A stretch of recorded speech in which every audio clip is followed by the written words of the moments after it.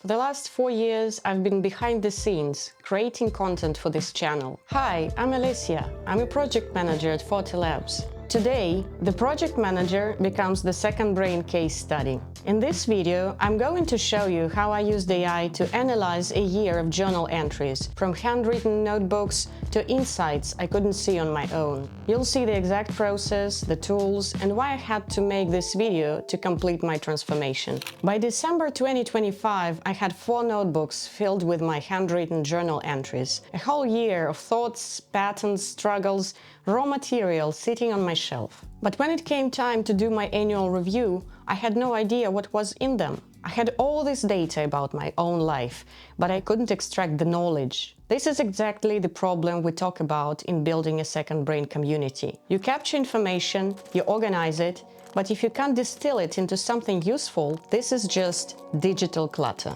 Except this time, the clutter was my own mind. And that's when I remembered Tiago's video on how he tested Notebook LM to replace his 700 an hour life coach. And I thought, if AI could coach him on his business, maybe it could help me see what I couldn't see about myself. What if I treated my journal like any other second brain material? What if I externalized it, structured it, and used AI to help me see what I was too close to understand? I know how this sounds. I uploaded my diary to AI so it could psychoanalyze me. Yes, it's probably the most narcissistic thing I've ever done. But sometimes, when you are stuck, you need to do something slightly ridiculous to get unstuck. So yes, I gave my diary to AI. But before I could do that, I had a technical problem to solve. How do you turn hundreds of handwritten pages into something AI can actually work with? I could scan them, but optical character recognition would never handle my messy Russian handwriting. I could also type everything out, but that would be no fun. The solution was obvious to me. I'm a film nerd, and video has always been my way of processing difficult things. That's why I decided to read my journals out loud and record the whole thing. When I was on camera, there was nowhere to hide from what I actually wrote. Some entries were intense, some entries were boring, some were funny. I was laughing at myself, sometimes I was laughing with myself, sometimes I felt happy that certain days were over.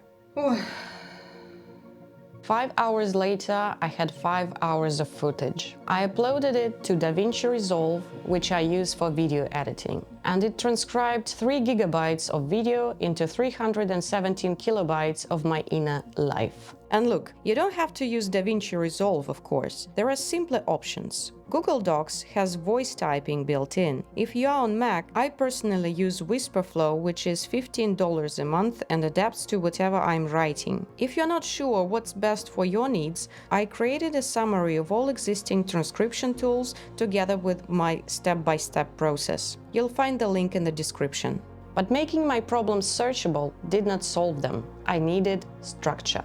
So I opened Claude. I used the deep research feature to study psychoanalysis frameworks, particularly Jungian approach. From that research, I created a one-pager on how to run a psychoanalytical sessions. Then I created a new project in Claude, and I attached that document to the project knowledge, and I wrote custom instructions. You are my psychoanalyst.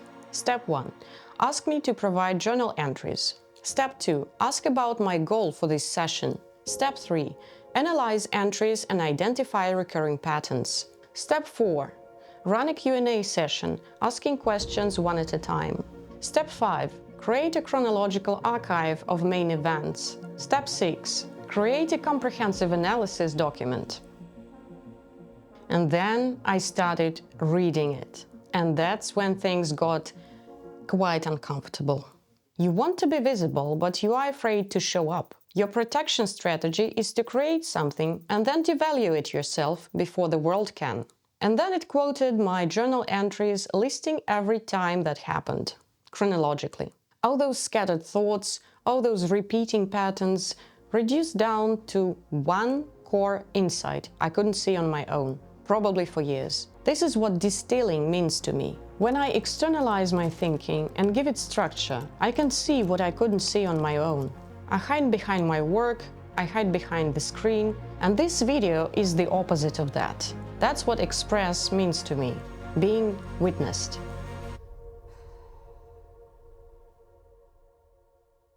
If that resonated with you, watch how Lauren uses journaling techniques to navigate her life. Her story might give you ideas for your own journey.